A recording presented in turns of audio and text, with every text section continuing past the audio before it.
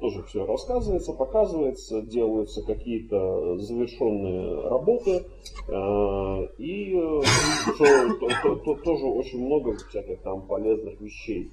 Насколько я знаю, кроме вот этих двух сайтов,